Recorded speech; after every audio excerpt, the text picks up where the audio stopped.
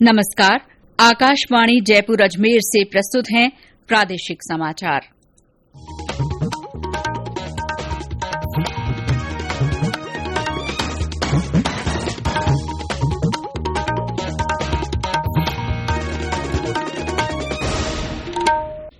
मुख्य समाचार।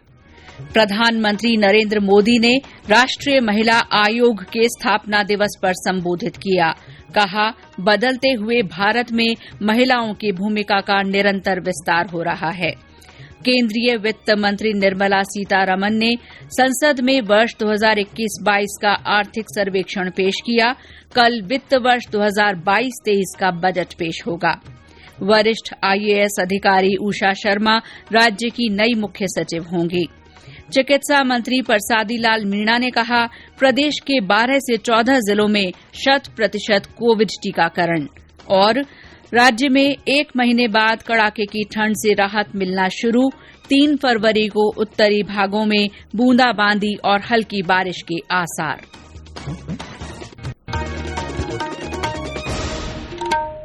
समाचारों के साथ मैं शीला चावला। देश में कोरोना संक्रमण के मामले लगातार सामने आ रहे हैं, इसीलिए श्रोताओं से हमारी अपील है कि सतर्क रहें और 15 से 18 वर्ष के किशोरों तथा अन्य पात्र लोगों के टीकाकरण में मदद करें। सुरक्षित रहने के लिए कृपया 3 सरल उपायों का पालन अवश्य करें। मास्क लगाएं, 2 गज की सुरक्षित दूरी बनाए रखें, हाथ और चेहरा साफ रखें। कोविड से संबंधित किसी भी जानकारी और मार्गदर्शन के लिए राष्ट्रीय हेल्पलाइन नंबर 1075 पर संपर्क करें। और अब समाचार विस्तार से। प्रधानमंत्री नरेंद्र मोदी ने कहा है कि पिछले 7 साल में देश की नीतियां महिलाओं को लेकर और अधिक संवेदनशील हुई हैं। उन्होंने कहा कि कम उम्र में शादी, बेटियों की पढ़ाई और करियर में बाधा न बने, इसके लिए बेटियों की शादी की उम्र को 21 साल करने का प्रयास किया गया है। राष्ट्रीय महिला आयोग के 30वें स्थापना दिवस कार्यक्रम को आज वीडियो कॉन्फ्रेंस के माध्यम से संबोधित करते हुए श्री मोदी ने कहा कि पुरानी सोच वालों ने महिलाओं के स्किल्स को घरेलू कामकाज का ही विषय मान लिया था, लेकिन अर्थव्यवस्था को आगे बढ़ाने के लिए इस पुरानी सोच को बदलना जरूरी है। प्रधानमंत्री ने कहा कि बदलते हुए भारत में महिलाओं की भूमिका का निरंतर विस्तार हो रहा है। देश की महिलाओं का उत्साह और सामर्थ्य इतना है कि 6-7 सालों में स्वयं सहायता समूहों की संख्या 3 गुना बढ़ गई है। यही ट्रेंड हमें भारत के स्टार्टअप इकोसिस्टम में भी देखने को मिल रहा है।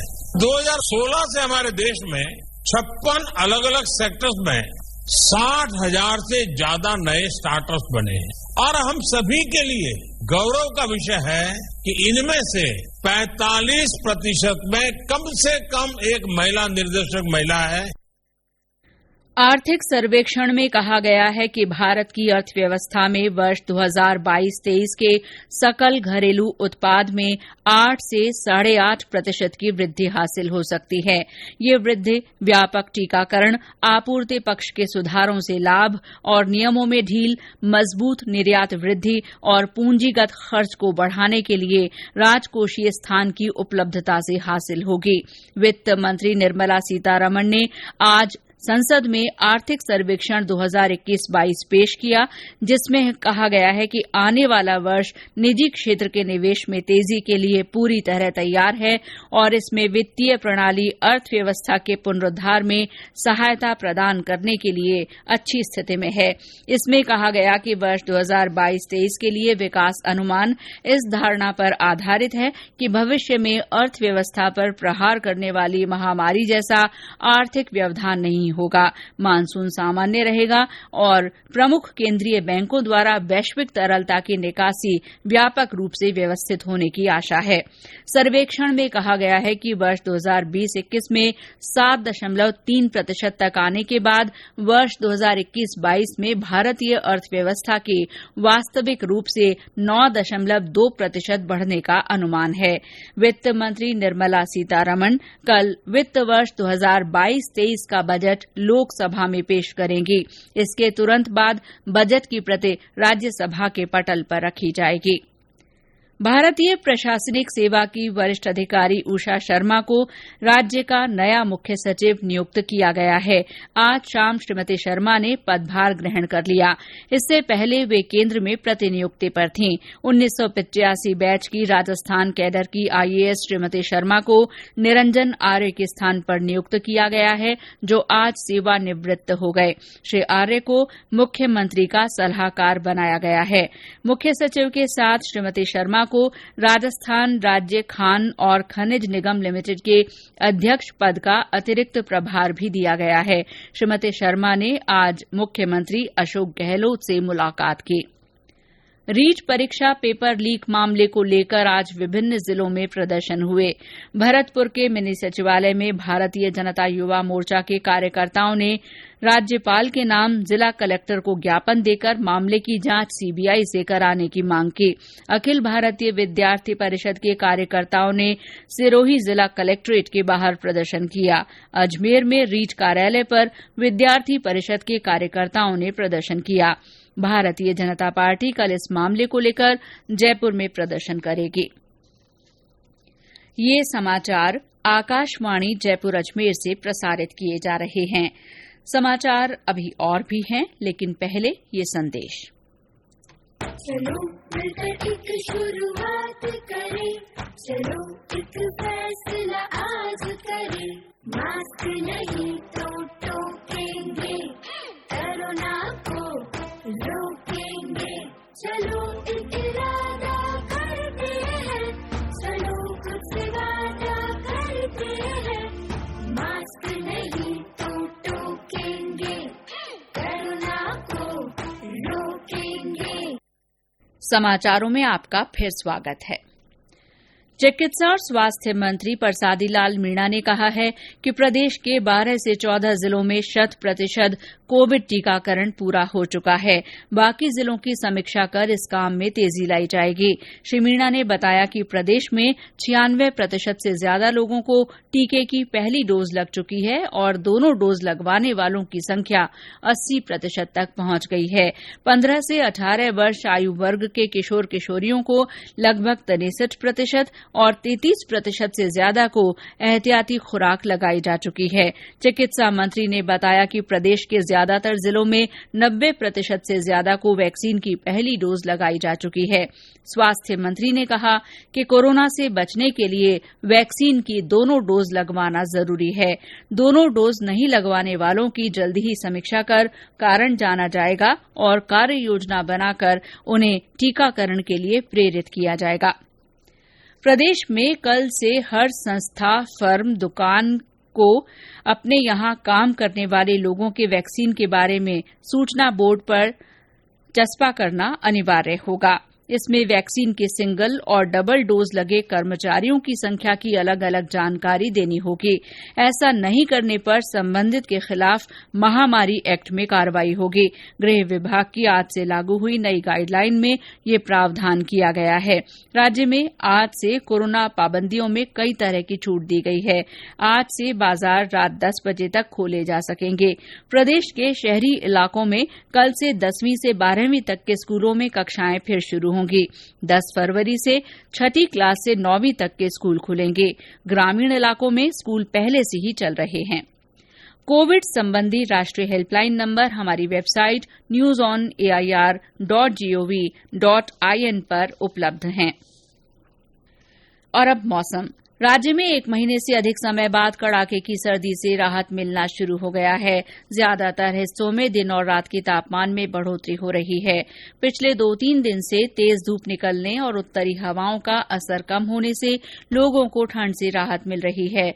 मौसम विभाग के अनुसार प्रदेश में फिलहाल मौसम शुष्क है, लेकिन पश्चिमी विक्षोभ के प्रभाव से 3 फरवरी को उत्तरी भागों में बूंदाबांदी और हल्की बारिश के आसार हैं।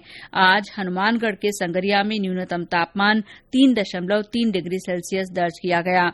इसके अलावा करौली में न्यूनतम तापमान 4 डिग्री सेल्सियस, सीकर के फतेहपुर में 5.7, श्रीगंगानगर में 5.8 और चित्तौड़गढ़ में 6.2 डिग्री सेल्सियस रिकॉर्ड किया गया। कुछ जिलों में रात का तापमान 10 डिग्री सेल्सियस से ऊपर मापा गया।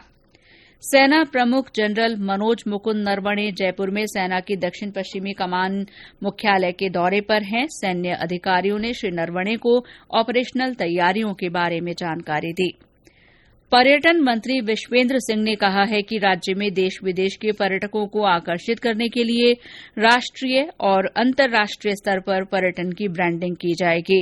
घरेलू पर्यटकों को आकर्षित करने के लिए राज्य में वहां की क्षेत्रीय भाषा में पधारो हमारे देश टैगलाइन के साथ व्यापक प्रचार प्रसार किया जाएगा। इससे पर्यटन को न केवल नई पहचान मिलेगी बल्कि इससे जुड़े हुए उद्योगों को भी बढ़ावा मिलेगा।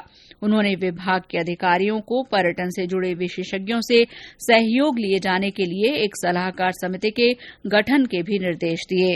पर्यटन मंत्री ने विभाग द्वारा चंबल नदी पर पर्यटकों के लिए क्रूज शिप संचालन और प्रदेश की अन्य बड़ी झीलों तालाबों पर हाउस बोट संचालन के लिए किए जा रहे प्रयासों की प्रगति की समीक्षा की और काम में तेजी लाने के निर्देश दिए। केंद्र सरकार ने कहा है कि सरकारी कर्मचारी या पेंशन धारक के निधन पर उनका मानसिक रूप से कमजोर बच्चा पारिवारिक पेंशन का हकदार है। कार्मिक और लोक शिकायत राज्य मंत्री डॉ जितेंद्र सिंह ने कहा कि विभाग को पता चला है कि बैंक ऐसे बच्चों को पेंशनभोगी या उसके जीवन संगी द्वारा नामित व्यक्ति के माध्यम से पारिवारिक पेंशन नहीं दे रहे हैं। ऐसे मामलों में बैंक अदालत से जारी संरक्षक प्रमाण पत्र भी मांग रहे हैं। डॉ सिंह ने कहा कि बैंकों की इस तरह की कार्रवाई से सुशासन का उद्देश्य विफल हो जाता है और ये केंद्रीय सेवा पेंशन नियमों के वैधानिक प्रावधानों का उल्लंघन भी है। और अंत में मुख्य समाचार एक बार फिर। प्रधानमंत्री नरेंद्र मोदी ने राष्ट्रीय महिला आयोग के स्थापना दिवस पर संबोधित किया।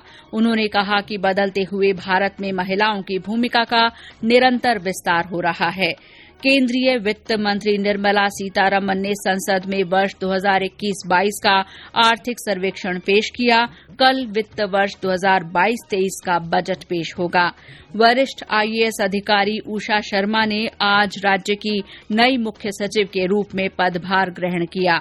चिकित्सा मंत्री परसादी लाल मीणा ने कहा है कि प्रदेश के 12 से 14 जिलों में 100% कोविड टीकाकरण हो चुका है। और राज्य में 1 महीने बाद कड़ाके की ठंड से राहत मिलना शुरू हो गया है। 3 फरवरी को उत्तरी भागों में बूंदाबांदी और हल्की बारिश के आसार हैं। इसी के साथ प्रादेशिक समाचार बुलेटिन समाप्त हुआ। नमस्कार।